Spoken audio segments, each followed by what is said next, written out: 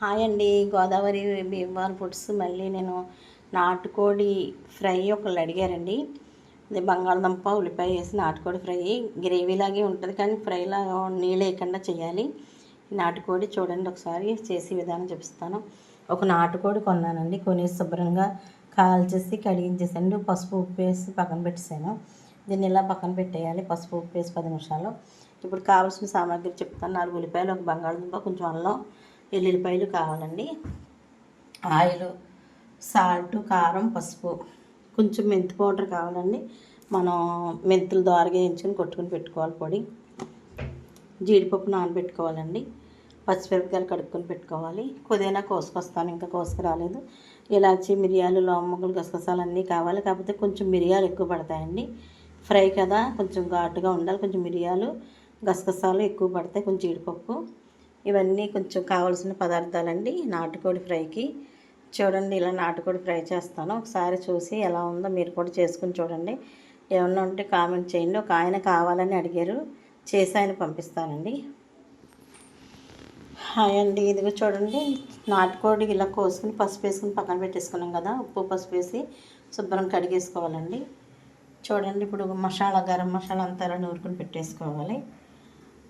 ఇది అల్లం వెల్లుల్లి పేస్ట్, గరం మసాలా అండి. ఇదేమో మిరియాలు, జీడిపప్పు, గసగసాలు కలిసిన పేస్ట్. ఇది ఉల్లిపాయలు అలా కోసుకోవాలి, పచ్చిమిరపకాయలు అలా కోసుకోవాలి, పెరుగు కొంచెం కావాలి, కొంచెం ఇది కావాలి కదండి, మెంతిపొడి, కారం, పసుపు, నూనె అన్నీ. స్టవ్ వెలిగించుకోవాలండి. స్టవ్ వెలిగించుకుని బాండీ పెట్టుకోవాలి. అందులో కొంచెం వాటర్ పోసుకోవాలండి. వాటర్ పోసుకుని చికెన్ ఇందులో వేసేయాలి. చికెన్ ఇందులో వేసేసి అందులో పెరుగు వేయాలండి.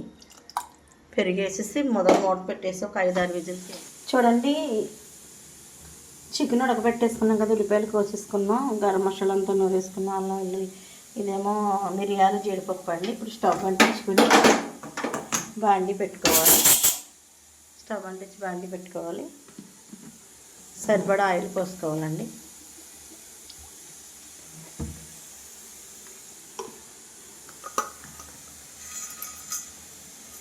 ఇప్పుడు 4 మిరియాలు, 3 యాలకులు వేసుకోవాలండి.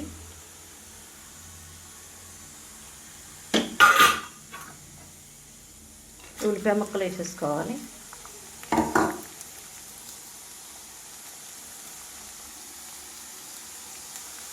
సిమ్లో పెట్టుకుని చక్కగా నాటుకోడి చక్కగా ఇలా ఉడికిపోయింది కదా.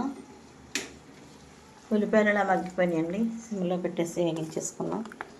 ఇప్పుడు నాటుకోడి ఇలా ఉడికింది కదా, దీంట్లో కారం, పసుపు వేస్తాం కదండి, సరిపడా ఉప్పు వేసుకుని ఒకసారి కలిపేసుకోవాలి.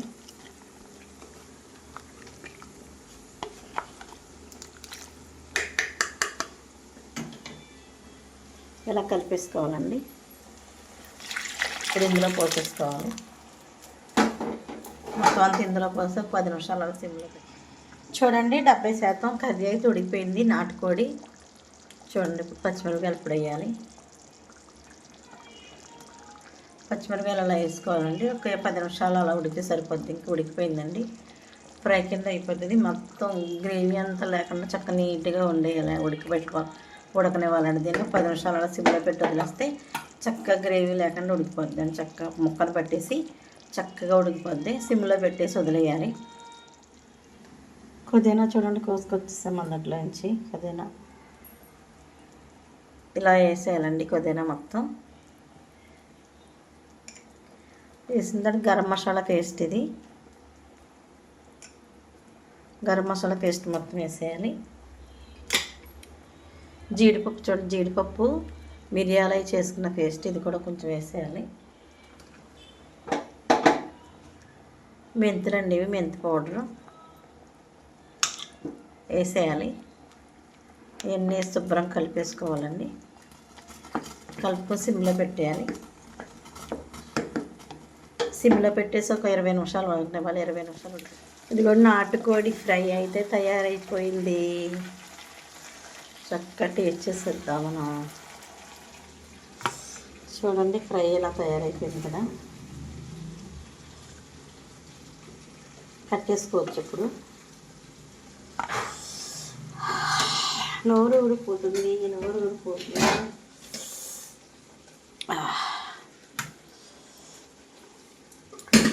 వేడి వేడి రైస్ ఇలా పెట్టేసుకుని కర్రీ వేసేసుకొని చక్కగా ఒక థమ్స్అప్ బాటిల్ కూడా పెట్టుకుని,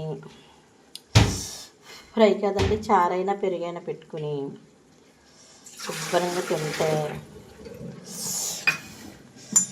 కాలిపోతుంది. చూడండి ఎంత బాగా గ్రేవీతో ఫ్రై కింద చక్కగా వచ్చింది.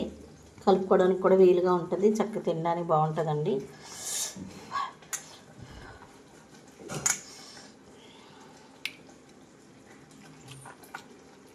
అబ్బా చాలా చాలా బాగుందండి నాటుకోడి ఫ్రై. చూడండి ఇంకొకటి ఎలా మెత్తగా ఉడిపోయిందో.